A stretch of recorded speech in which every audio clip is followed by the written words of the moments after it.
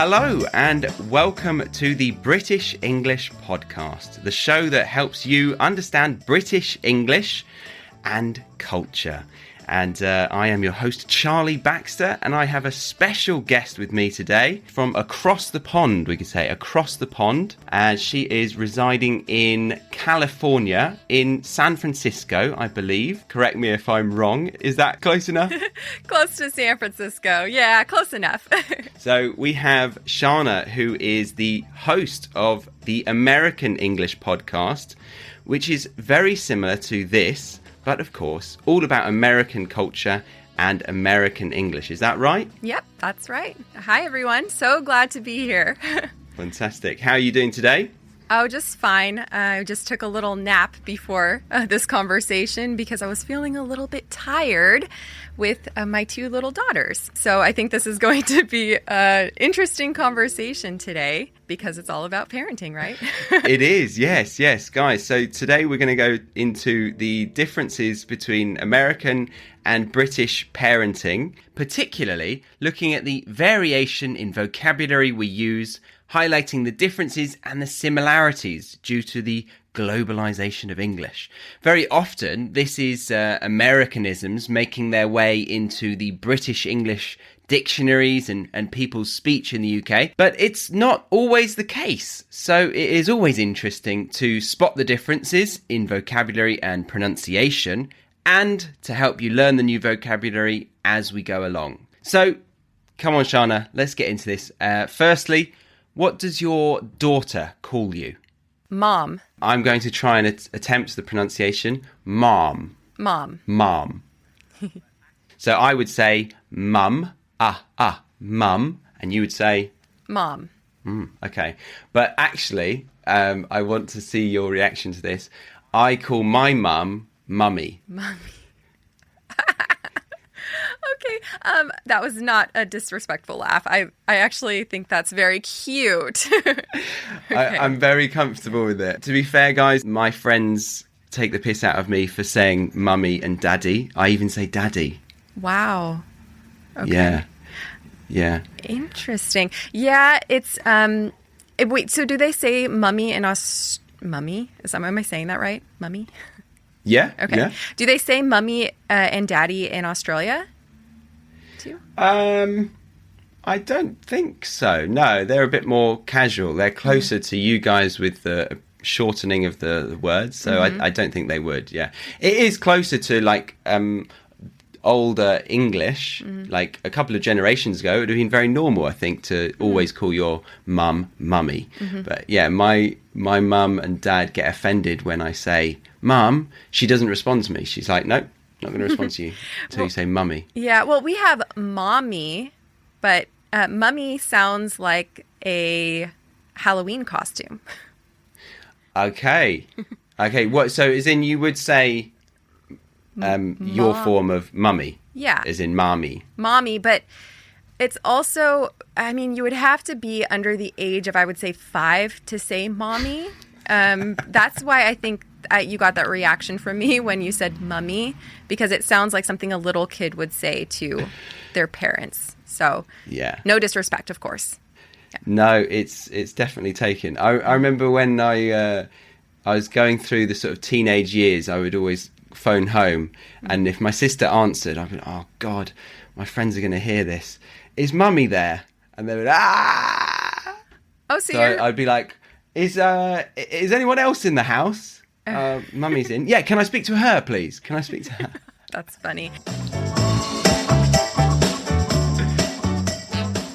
I'd like to remind you that if you are listening to this message, then you are not taking full advantage of the British English Podcast, as we have the Academy, which is where I pour my blood, sweat and tears into every single episode. I go into further detail, giving you more content to enjoy, and then deliver manually edited transcripts, video explanations of the advanced expressions used in the episode, pronunciation practice, quizzes, assignments, flashcards, glossaries for all the definitions, etc., etc. So if you wanted to come away using the advanced language I'm exposing you to in each episode with confidence, then I highly recommend you join the Academy. To do that, you can head over to the BritishEnglishPodcast.com and you'll even be able to get a sample of the Academy completely free.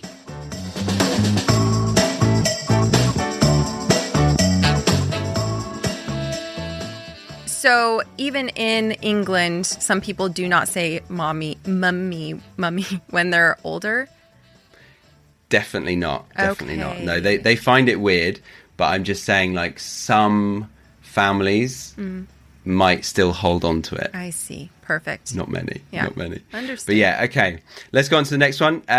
What would you call a apparatus that a baby sleeps in? Okay, an apparatus. Oh, Ooh, yeah. difference there. A crib. Well, A crib. Well, we have a bassinet too. Bassinet is for when they're very young, and usually at 6 months they move into a crib. Yes. Okay. And what do you say? So after checking with my sister, I found out that we start off with what's called a Moses basket. And I suppose anyone who knows biblical stories will understand the name of this. Moses was put in a tiny basket.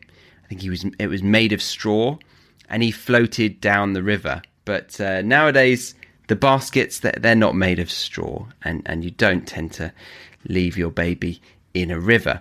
But alternative to this phrase, a Moses basket, now that it's rather common to have very young babies sleep next to the mother, we call it a co-sleeper or a next to me.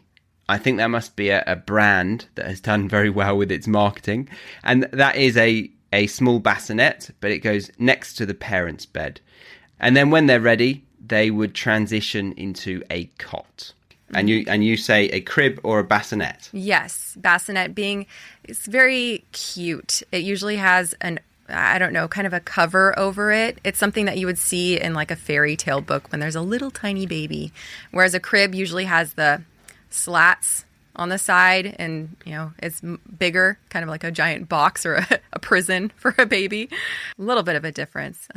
But cot that's interesting because normally my association with cot would be when people go to summer camp and they sleep in a cot. It's like the bunk bed, the beds that are on top of each other.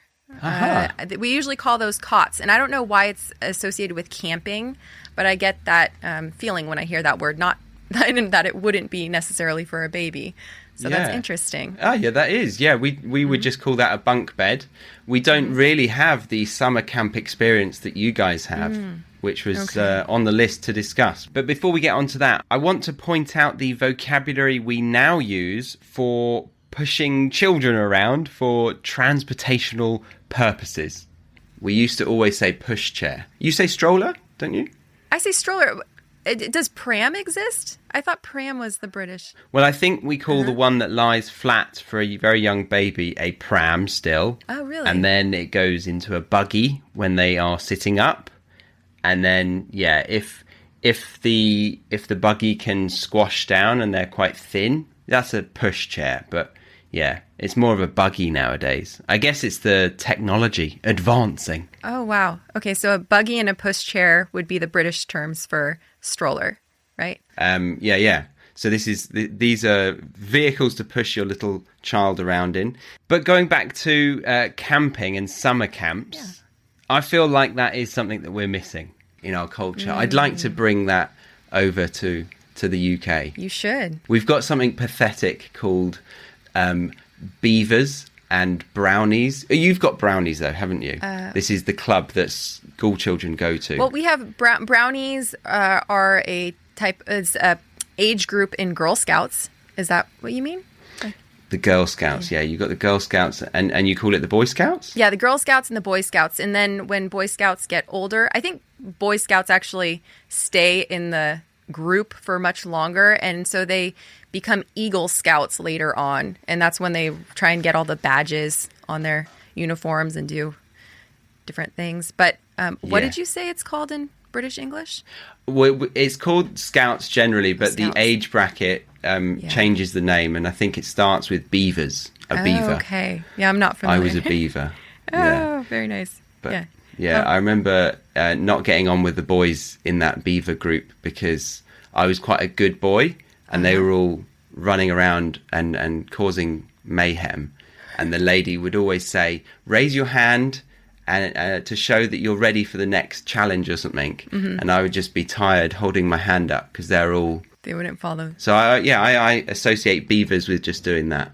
Pretty much. Okay, but did you not go camping then? That's what I was going to link to summer camps. It's not until you do scouts, I think, that you take it a bit more seriously and you get that trip away from the parents. I see. Yeah. Yes. Summer camps would be good. Okay. Yeah, it's very fun. I'm a big fan of summer camps.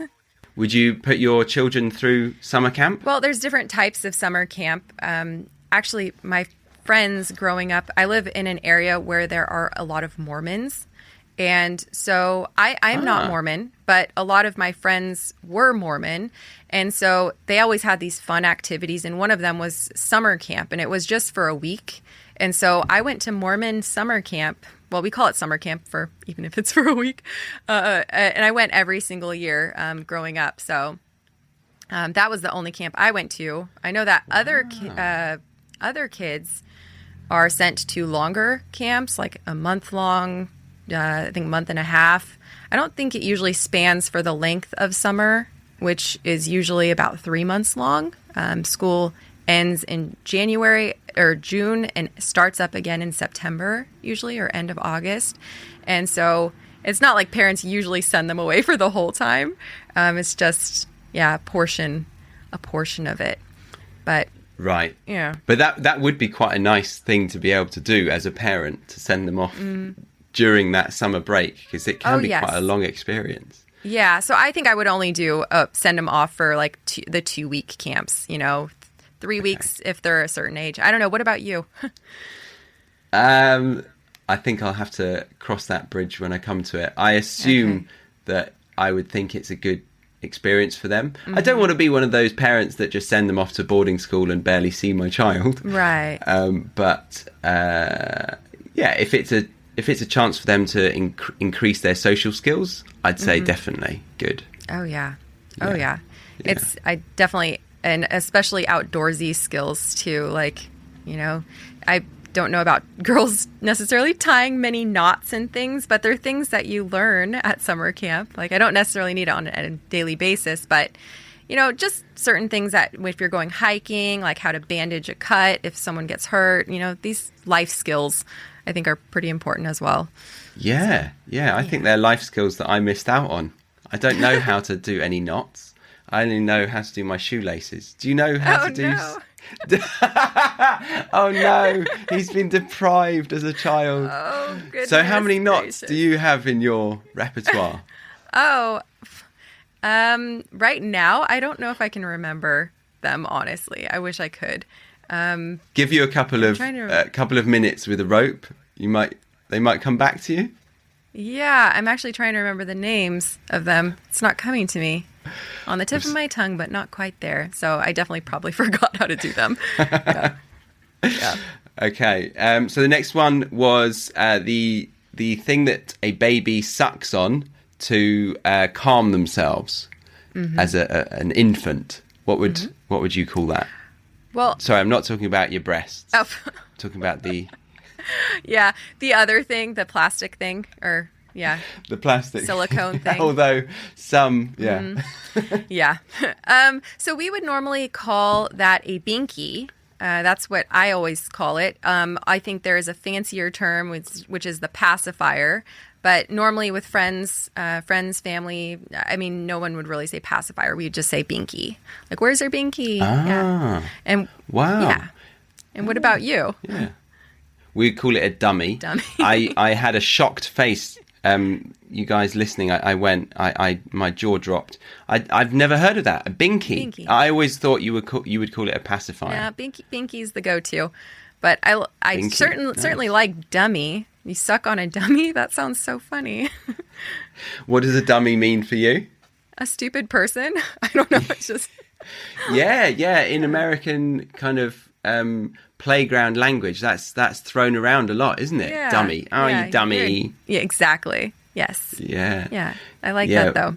Very What cool. would we say? You idiot. Such a dumbass. Dumbass. We would say dumbass quite a lot. I mean, that's a little bit older, probably. But little kids would little kids use that? No. Yeah, that's No. a bit rude, isn't it? Dummy. Maybe they would Like, say it. wow. Those Brits, I've always imagined British people to be so polite, so it's hard to imagine them saying dumbass. Dumbass or even idiot. I've just imagined politeness all around. So, Yeah. Yeah. Okay. The next one. Where do kids go to the toilet? they go potty. They go potty. We can say Yeah, they go potty or they go to the potty. So the potty is the actual, the physical, well, it can be the actual just toilet, the regular adult toilet, or you can be like us and get like this little plastic toilet that's a replica of the adult toilet to help them potty train. Yes. Yeah. Yeah, we call it potty training. We obviously say potty. But we wouldn't call it necessarily I'm going potty or going potty. That doesn't sound right. I'm going potty. I'm going. Okay. Yeah, we would say I'm going to use the potty, or go use your potty. Okay. So you do use the term potty. Potty. The little one that encourages them to use the big toilet. Yeah, we would call it a potty. Yeah. We're potty training right now. Yeah. So that's fun to, yeah. No, I don't necessarily want to talk about that, but I'm glad this word came up because it just reminded me of the disaster of last weekend. Just very funny. Maybe we'll not criticize Julia anymore today. So I'll save that. Okay. Very good. I was going to say we'll move swiftly on, but Okay. What is the name of the activity of fluid coming out of the body? What is that called? Pee. Pee. We would say pee, but we also use wee. Going for a wee. Do you use wee? Not really, no. It sounds familiar though, so I'm thinking maybe I heard it possibly on a British show, maybe? I'm not sure. Going for a quick wee. I would say that as an adult as well. I'm going for a quick wee. Okay. It doesn't sound so, it doesn't sound bad. I definitely would understand it, and I feel like I've heard it, but I can't really distinguish from where. Okay. But in that sentence, would you just replace it with pee, or as an adult, you don't use that language? We usually say I need to use the restroom, like if I wanted to be more polite. I need to go pee, I would say, in my household with my husband and, family members and stuff, like where I'm not necessarily needing to be polite. So I would just, I need to use the restroom. Where's the bathroom? Sometimes we say too, which I think you guys don't use the term bathroom, right? Or Or do restroom, you? really. We say toilet, which is a little bit more direct, which is against our culture, because it makes you think of them doing something on the toilet. I like your phrase, I need to use the restroom or the bathroom. Yeah. It's actually quite, it's stepping away from the activity, which is more polite, isn't it? Yeah. But with all this toilet talk, it's making me think of, the thing that you put around a baby's waist. Diaper? A diaper. Yeah, we say a nappy. A nappy. Oh. Do you ever use that word? No. Is it also a napkin in British English, or is that something else? A napkin is what you put to your mouth when you've dirtied your mouth from eating, so hopefully it's not the same thing. But Okay. maybe it came from that. Maybe that's how it's the etymology of it. Okay. Yeah. I was just thinking of are you familiar with Trevor Noah, the comedian? Yes. Yeah. Yes. Yeah, so he had a performance that I saw on Netflix, and he was talking about this issue with nappy and how he went to a taco place in LA and he was asking them for a nappy or napkin. I said, okay, then give me 2 tacos. He's like, 2 tacos, coming up. Guy goes to the back, starts preparing the food. Comes back a few minutes later. He's like, hey, my friend, your tacos are ready. I said, oh, thank you, man. Thank you very much. He's like, yeah, you want a napkin? I said, I'm sorry, what? I said, do you want a napkin?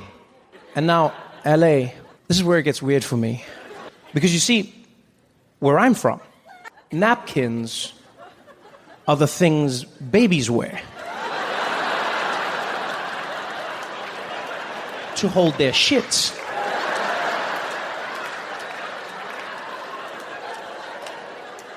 The thing for your mouth we call a serviette.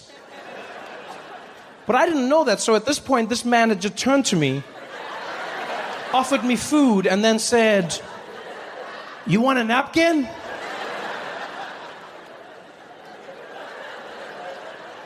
I said, I'm sorry, I'm confused. Why would I want a napkin?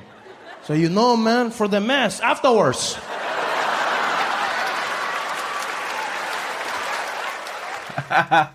Yeah, I actually remember that. I've listened to a lot of his stuff. He's funny.